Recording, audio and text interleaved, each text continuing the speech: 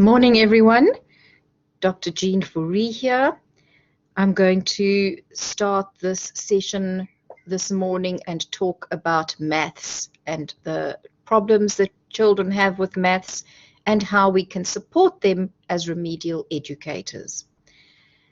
So after the lecture, I will take some questions and then see to assist people with assignments. So we all know that many learners have lots of difficulty with mathematics. Maths causes all sorts of problems, and a lot of people have serious difficulties with maths. So I'm going to go and have a look a little bit at some of the basic concepts that you need to understand around maths as a remedial teacher. So maths is simply a way that we have mapped a complex language, a complex system of language onto symbols so that the symbols represent some kind of mathematical formula and mathematical constructs. So the ideas about numbers and operations and adding and subtracting and dividing and all the other symbols of summing and equations and calculus, geometry, everything is a way that we are looking at concepts in the world, constructs in the world, numbers, how we look at space, time. All these concepts can be mapped onto the symbols of mathematics. So mathematics is very complex and it has a variety of different areas to it. So for us as remedial educators, there's a lot of areas in maths that we can assist learners with who are having difficulties. So maths has its own language, and it requires the precise use of mathematical terms and the precise use of the symbols. So how we speak about maths and how we use the symbols, there's generally only one correct answer for any particular maths problem. However, there are always different ways of arriving at that answer. So maths, when we think about how learners start to develop their concepts of maths and the understanding of it, we know that when maths is done in a very concrete way, so we actually are manipulating counters, the real world, counting things, measuring things with a ruler or a measuring tape, or measuring liquids in a container, pacing out numbers with, on the floor. When we're actually doing maths concretely, then those concepts become real for the child, and the concepts become much better and more understood. And so we know that right from babyhood, actually, the development of mathematical concepts is happening. As a baby is starting to explore the world and they're starting to crawl around and have a look at the world around them, how big it is, starting to put little counters into a cup, starting to see how things fall down, starting to get a good idea of how the world around them works. We know that this is all the basic foundational skills that are needed in order to understand the higher level concepts, abstract concepts that are needed at school. So if we had no schools, we would develop a pretty good understanding of the world around us and be able to function and live within it. However, in order to have a unified system where everyone understands. If they talk about 5, for instance, the numbers, everyone understands these concepts of we'll add something or subtract or divide. We understand those through a universal system of symbols. So the symbols have to therefore be taught at school. We have to go to school, formal schooling, in order to learn the conventions that our society has developed around how maths is understood. So starting at the concrete level, therefore, for us as remedial teachers becomes important. We need to give, and a lot of learners who've got learning problems, having difficulty with maths, will need to start at a concrete level with real counters. So start to have in your toolkit, start to have counters, cheap things like beans and stones, and blocks, and things that can be used in a variety of different ways in order to develop the concrete of maths. And it doesn't matter what the age of the child is, one can always go back to counting and establishing the basic foundational constructs.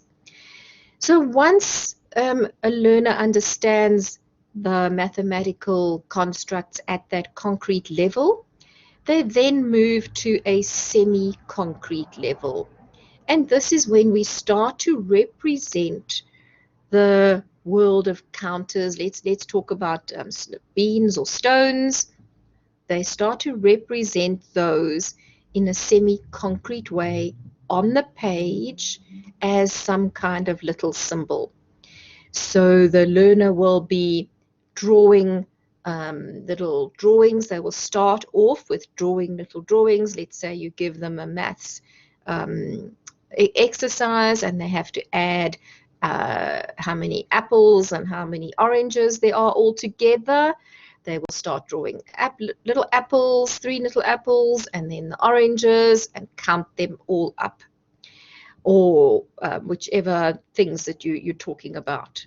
So they will first start to actually draw little cars or people or sweets or whatever the topic of the maths is. Then the next level up is where the representations on the page become dots or little lines. So you've all seen learners who will have a maths exercise and they'll start drawing little dots, and every little dot represents a number. So they'll draw 10 or 15 little dots, and then they have to add 6 dots to it, and they'll add 6, and then they'll count those all up. Or they'll draw little lines, or they might start using their fingers and counting and subtracting with their fingers.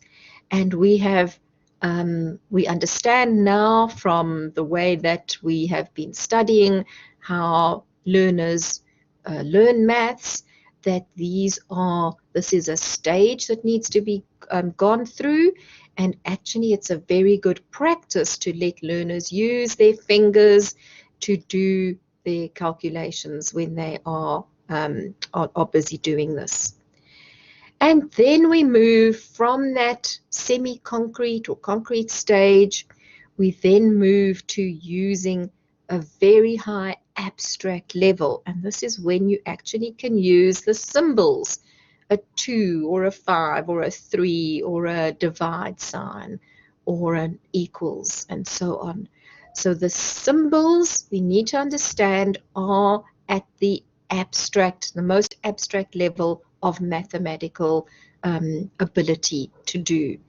And so for us as remedial teachers, we understand that there are these levels through which children work, and we might have to go back to semi-concrete or even back to concrete levels with using apparatus.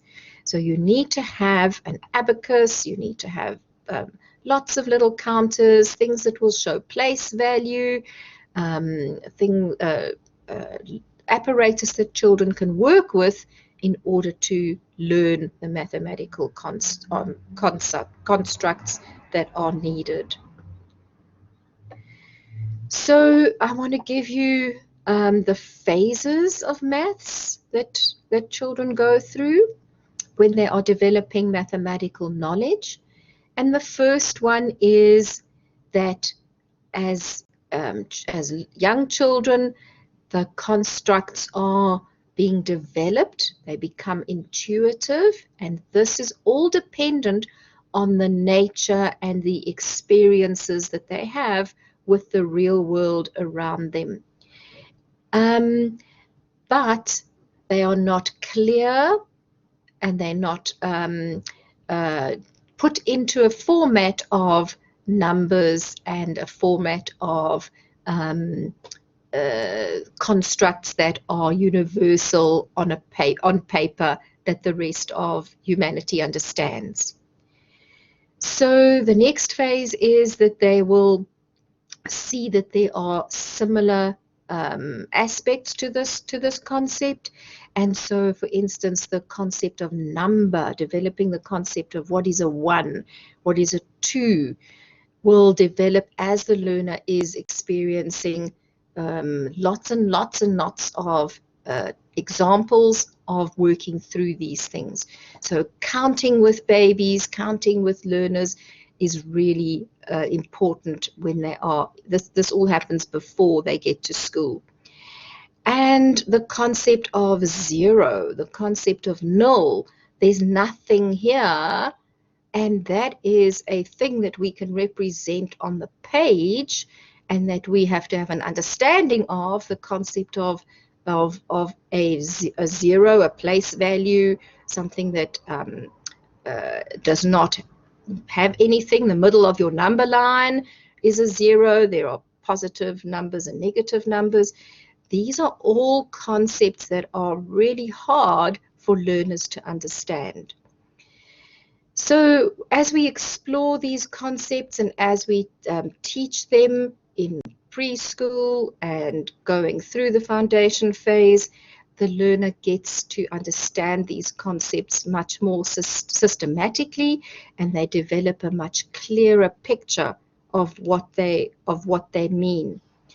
And we want to get to a stage where the concept is grasped so well that the learner has a very clear, intuitive understanding of what those symbols on the page mean. So even if we show them the symbols, a 4 is always a 4, regardless of how big or how large the things are. We know from having a look at children's development that there is a stage where babies will go through. If you show them 4 small little objects, and you also show them the same 4 objects in a row, but you space it out so that the objects look like they take up more space, they will tell you that there are more objects in the row that looks bigger than in the row that looks smaller. So we know that intuitive sense of what's more and what's less develops as we get an understanding of things that are bigger and smaller. But the idea that numbers, it's still a 4, even if it's 4 sweets or 4 elephants, that it is still 4, regardless of how large or how big the space is that those 4 objects take up.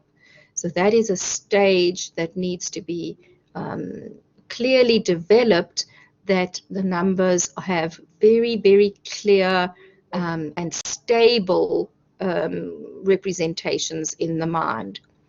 And there is research being done recently about number concept, and this is one of the key things that learners with dyslexia have difficulty with, that they do not have a stable concept of, not dyslexia, of dyscalculia. Children with dyscalculia are number blind, so they do not have a clear understanding of the intuitive feel for the grasp of the numbers. So they are constantly having to think about a number 4, let's say, as and count it and go back to concrete levels all the time. So that that abstract real understanding of what a number means is not developed in a person with true dyscalculia. And those insights have been shown as different areas in the brain that are not activated in a learner who has dyscalculia. So for us as remedial teachers, we need to understand that some learners have not gone through all of these phases of learning maths very, very strongly. And so we therefore can take them back, and we can go back and work more actively and concretely on developing these number concepts and the language as well around the maths. So some learners have difficulty just grasping the basics of maths concepts and all the processes that are linked. So the operations of addition, subtraction, division, multiplication, those operations around the maths, if you don't understand the maths numbers, and then you're still asked to do operations on those maths numbers, it becomes very, very difficult and very stressful for learners who have severe maths problems. And it's not always easy for us as remedial teachers to pinpoint exactly which are the difficulties that the learner's having difficulty with, because they don't know themselves, and so it becomes like a game that you need to play to figure out where the child is having difficulty with their actual maths concepts and the processes that they don't understand. So are they having, and often there's these problems when you're starting to do 2 digits and adding up 21 and 32, adding up those and dividing and subtracting those kinds of difficulties, problems with carryover, problems with long divisions. So those kinds of concepts are often taught in remedial classes. And we do know, we're going to have a look a little bit now at some of the intrinsic causes of maths difficulties and some of the extrinsic. So extrinsic has got to do with causes in the system in which the child is, the family, where the child is living, and intrinsic has got to do with things internal to the child's makeup, their biological and brain architecture. So intrinsic barriers are the ones that are key when we want to label a child as having dyscalculia. So we cannot say that a learner has a disorder, because dyscalculia is a specific learning disorder. We cannot say that there is a learning disorder if there are systemic barriers that are causing the difficulty with the maths. Let's just move there. So systemic barriers are things like not being at school. So the child has had many days of absenteeism and they have then been not taught. They haven't been there to learn all the concepts. There's been inadequate teaching. These are inadequate learning support material, no textbooks, no counters, no worksheets, no concrete things to work with, if there's inadequate exposure to the maths, then obviously the learner is going to have difficulty with the maths. However, if we want to label a child as having a dyscalculia, a maths disorder, there has to be a clear intrinsic difficulty, which means that the brain architecture has had difficulty understanding and making clear pathways and neural connections with the maths concepts. So there's difficulty with understanding maths at an abstract, symbolic level of the numbers and the operations.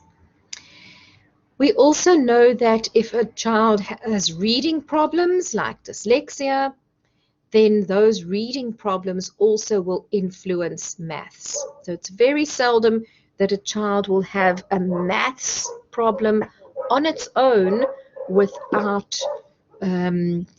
involving reading.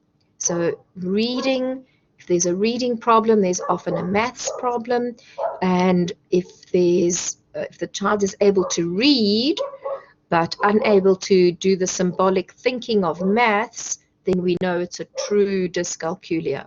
So there's often an overlap between dyslexia and maths problems, and they can sometimes be learners who can read, so they can decode the words on the page. They can decode the word two, T-W-O, two, but they have not built up that underlying concept of what a two is. And so then we know that there is a true number blindness, a true inability to understand what the actual concepts of those numbers are. We also know that if there are any emotional difficulties, that these can have an impact on how we do our maths. So if a learner is very anxious, very fearful, or in a depressed mood, then the cortex, because your emotions sit in the primitive brain, your brain stem, and if the brain stem has got a very an overload of emotional content, it shuts down the higher cortex, it shuts down the thinking which happens in the outer brain.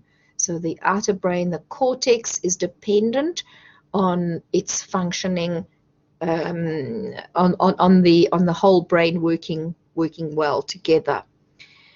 So we know that if there is fear, anxiety, that the learner is going to have difficulty learning maths. Then any problems with basic underlying perceptual skills, difficulties with vision, difficulties with hearing, difficulties with fine motor coordination, difficulties that relate to any of the physical disabilities or sensory disabilities will also make it more difficult for the learner to understand maths. So in order to do maths, one needs to have your vision working, your hearing working so that you can hear the language, and your fine motor control to manipulate and to work with the counters and the pens and paper and worksheets and so on. So any problems of that nature are also intrinsic within the learner. Then various problems caused by belief systems that come from families or the community. There are still communities that do not believe that girls should go to school, and so that they shouldn't have to learn these things. And if there is a minimizing of the importance of maths, then the learners will also not understand that this is an important concept that needs to be taught. So a variety of different things can have an impact on how learners perceive and understand their maths. It is estimated that approximately 1 in 7 learners will experience problems with maths. Now, I just want to alert you again to using clear terminology when it comes to learning disorders and learning problems. So we know that learning problems or difficulties is a general term that speaks about any learner who's having difficulty with learning, and these could be difficulties that are related to intrinsic or extrinsic barriers, and so it's general terminology.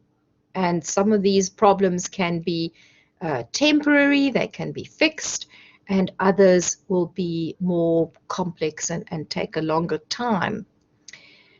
When we speak about a learning disability, such as dyscalculia, we are saying that there is an intrinsic severe disability.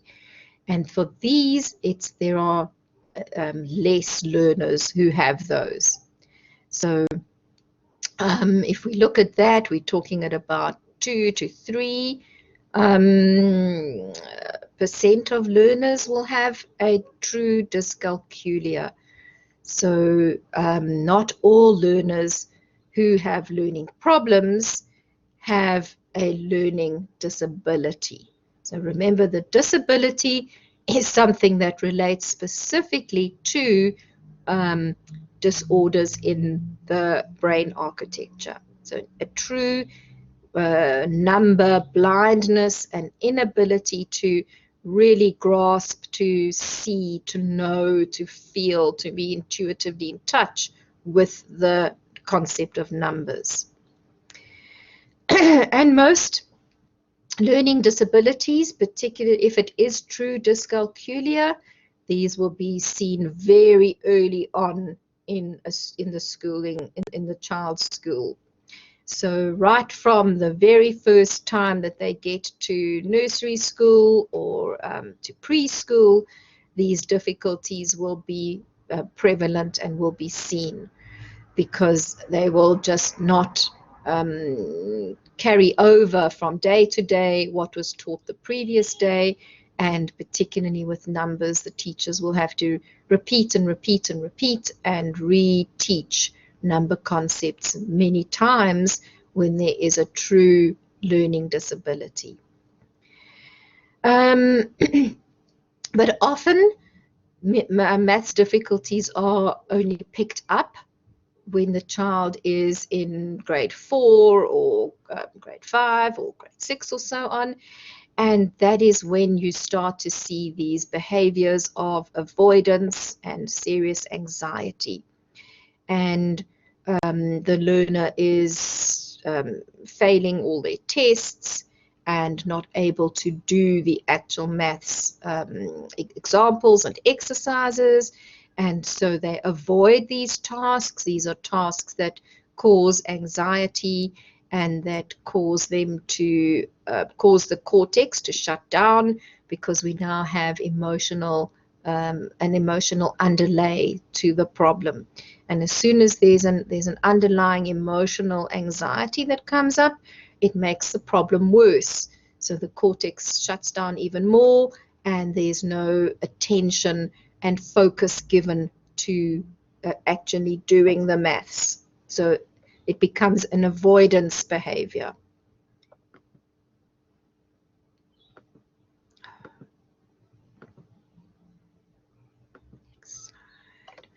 Okay, so learners who have learning problems will avoid problem solving. They don't know how to do problem solving. They don't know where to start. They will not have a systematic way of working through a problem. They will work slowly and think for a long time before giving an answer. And they will ask for assistance a lot, ask for the question to be repeated. And these learners will have difficulty just understanding how the language maps onto the maths. So we know that maths problems are said and written out in maths in language, in English. So you need to be able to read, you need to understand what you are reading, and to be able to comprehend the meaning of the vocabulary and the words behind the language. And so this will cause these learners who have maths and reading problems major difficulties. So we suggest that as a learning support teacher, that you work a lot with maths problems, giving the learner, starting with simple maths problems and in language, and check that they understand the words in the maths. So maths words are things like greater than and less than and more, and if you take away, or if you subtract, or if you add. These are all the words. What is it equals to? These are the words that make up the language of maths. And so putting those things into words is often the problem that these learners have. And then I've spoken about dots and counters and using semi-structured, semi-concrete things. So converting the maths problem into little cars or little sweets or dots or little lines on the page helps the learner to understand the maths that is behind the problem. So we can support learners in a variety of different ways when we're looking at maths problems. And one of the main ones is maths anxiety. We know that learners who come for remedial lessons, that they are anxious about their maths. They have had many experiences of not being able to do the problems, and so they are fearful of the questions, and we need to be very careful how we treat the learners. So giving them lots of opportunities to learn and not focusing on the errors. If they do make maths errors, which will happen a lot, that is an opportunity for you to use that as a teaching experience. So to ask and to work through, how did they get to the error? Because every error in maths is a sign of incorrect thinking in some way.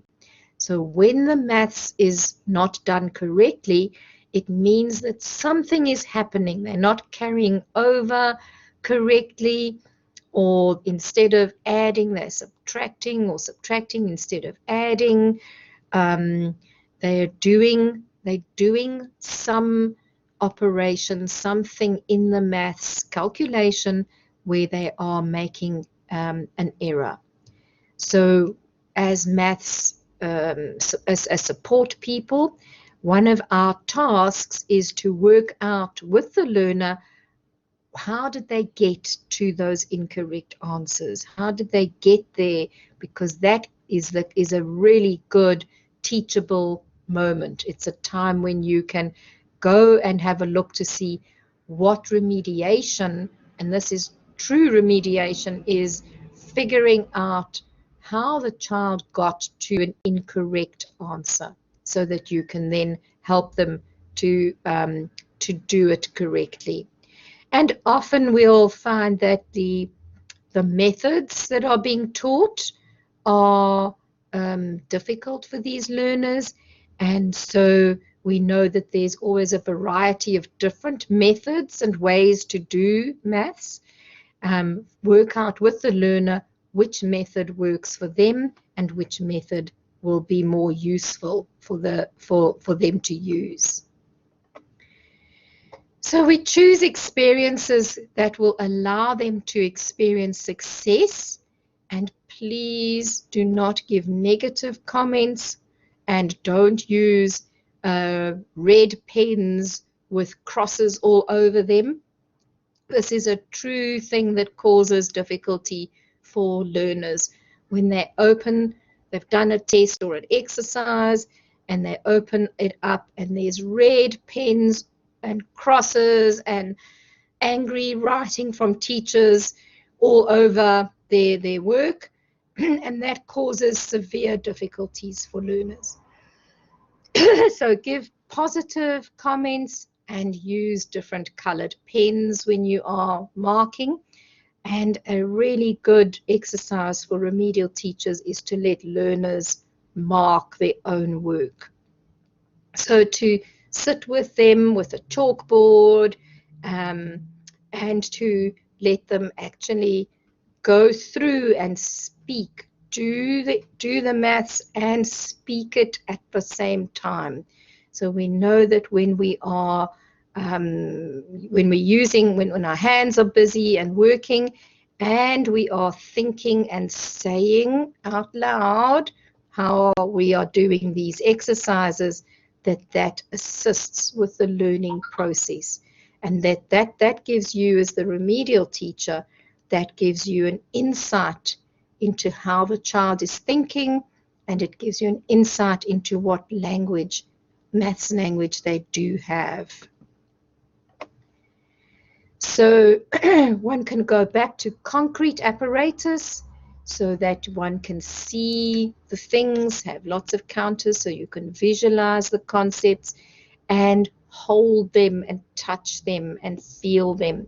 We know that when we use a variety of different modalities, when we see and touch and hear, because we're getting feedback when we're hearing and speaking about these concepts, and we are touching them and counting them, putting them into little groups and taking things away in groups and using little blocks that show us what the place value is, and 10 of these little things make up one little bar, and one bar is equal to 10, like those Unifix little rods.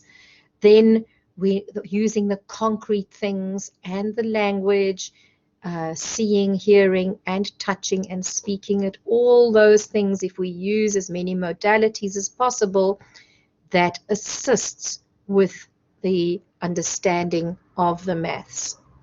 So using a variety of different strategies as well. How else can we do this problem? Taking a maths problem and working out different ways of actually doing it, different ways of getting to the outcome. And then trying to relate as much of the maths that we do to the real world, to the child's world that they live in, to counting cars or counting little dolls if it's a girl, setting the table. So looking at real world problems, playing with friends, doing things outside on the jungle gyms and in the playgrounds. And as obviously as remedial teachers, one of the things that we must be cognizant of is you might have planned a particular lesson with some counters or some kind of apparatus, and then being flexible and while you're doing the teaching to see, oh, the learner doesn't understand this word or they're making a mistake here, and then modifying your lesson and modifying your teaching to fill in those difficulties and gaps that the learner has in their knowledge. So we are flexible in the way that we present the content. Remember, as a remedial teacher, you are remediating, you're filling in where there are content gaps for the learner. And being able to give the learner a variety of different methods to solve a particular problem. So that flexibility is important. And then allowing enough time for learners to exercise, to repeat, to do these things over, so that these the things become automatic and intuitive, so that they really, really understand what the maths entails and what it is all about. And maths knowledge and language is really important. So allow learners to speak the language and allow them to really understand the language with regards to the maths content. And this is often difficult for learners who come in with a second language, because a lot of the second languages and a lot of the indigenous languages have different concepts, different words for the maths concepts, and so we need to be able to have all those concepts. A useful exercise for you is, as a remedial teacher, is to write down all the different maths words of the learners in your class or in your school. So to get the words in Zulu and isiXhosa and Sotho, to write those words down and maybe make a big poster. What is addition in all the languages? In Afrikaans, what are all the different ways that we can speak about any of the things? So we can add, we can have addition, we can look at multiplication and all the operations. You can have a poster for each of the 4 operations with all the different terms, languages, the words that we use in order to understand those. So being cognizance of the different ways that different languages speak about maths is also important for us when we're doing remediation. And allowing learners to work in little groups so that they can speak to each other. We know from research that when you are explaining something to a peer, to someone who's your age group, that you learn as well, and that the best way to teach actually the best way to learn is to teach something. So put learners in little groups and make them work through processes together. So if you are doing remediation, it's useful to have 2 or 3 learners in a little group, and they all will assist each other and code switch and speak to each other about the maths problems and the difficulties. So small group cooperation is really, really useful. So it's impossible to give examples and methods and strategies for every single aspect of maths, because maths is just got so much variety and so many things that we can teach. So what we do as remedial teachers is you take what the child brings to you, you look at what the difficulties are that are presented on that day with that particular work that they have to do, and collaborate with their teacher as well, so that you know what it is that they are meant to be learning, and then assist them with learning that particular aspect of it. So these have been general guidelines, and try and use a variety of different methods. What works for one child might not work for another child, and so you need to be flexible and have a lot of variety in your toolkit, in your strategies, in the didactics that you use. So I want to take you through the general phases of a remedial lesson,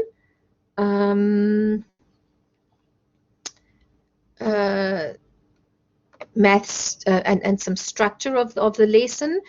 So we know that for learners who are experiencing difficulties, we need to plan and have clear targets of what we want them to achieve. And that's why it's so important to do your maths, diagnostic maths assessment, which you do in your maths in your scholastic module, so that you know clearly where the difficulties are that the learner is having difficulty with and what areas need to be worked on. So generally we always start with concrete, practical things, counters and so on. Then we move to the schematic or the semi-concrete, where children are drawing drawings, doing little dots, making lines, grouping things together and taking them away and dividing and so on before you get to the abstract level. So generally one revises what happened previously. So go through the work of the previous day or the previous week so that you can ensure that the learner knows and has established that particular aspect, whatever it was you taught before. So revision, start with what did we do last time? How did it work? Show me your homework. Let's work through the homework together. Checking that they understand previous knowledge. Maths is hierarchical. One concept builds on the next concept. So if you have missed out on a previous understanding, if you really have a difficulty understanding numbers or whatever the previous content was, it's going to be difficult to understand the next concept. And then when you know that is well established, then work to explaining a new concept and try and explain the new concept with as many variety of different ways as concretely as possible. If they can experience it, walk it, jump it, add things together, watch a video on it, actually do things. If you're talking about fractions, for instance, cut up an apple, divide things up divide a whole up into its parts, into a half, give half to one learner, half to another learner, and do the speaking and the words associated with your the new concept that you are teaching. So always do lots of explaining, lots of experiencing of the concept before working into the actual the actual abstractness of it. So lots of discussion, solving the problems, and trying to take the examples that you've done and then generalize them so that they become more abstract. As soon as we generalize things, for instance, if you're talking about halves, a half will always be equal amounts of the whole, and you have done this in a variety of different ways. You've looked at water, you've had a jug of water, divided it into 2 equal halves.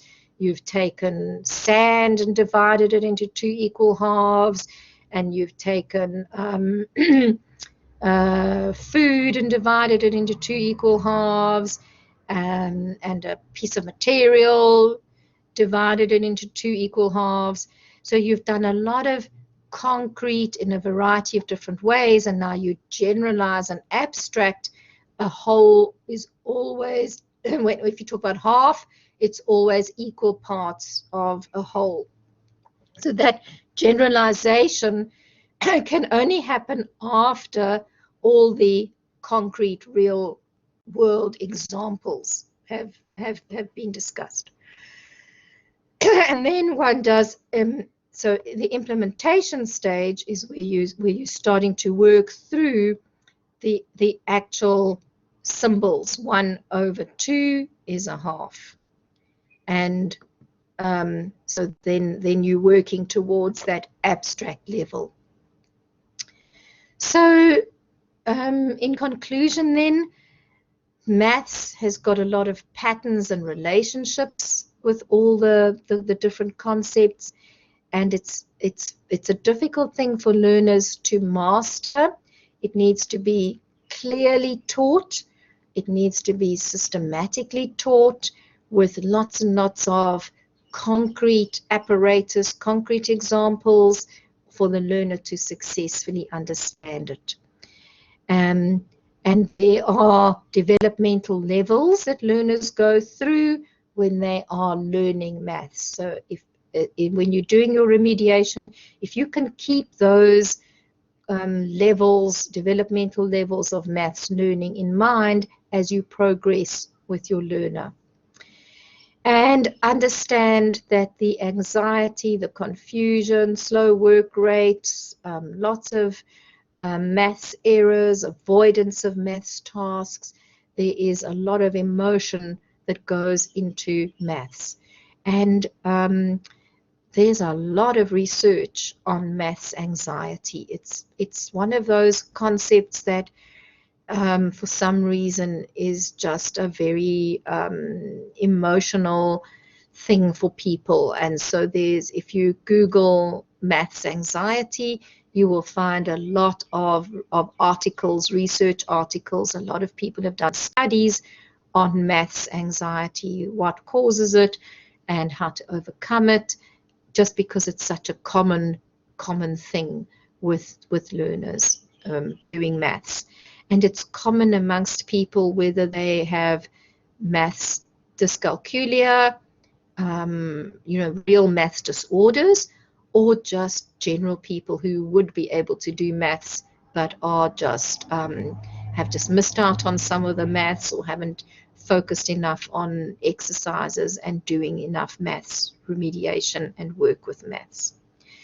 Okay, so I'm going to stop the recording there, and then I will put this PowerPoint up so that you can have a look at some of the useful websites.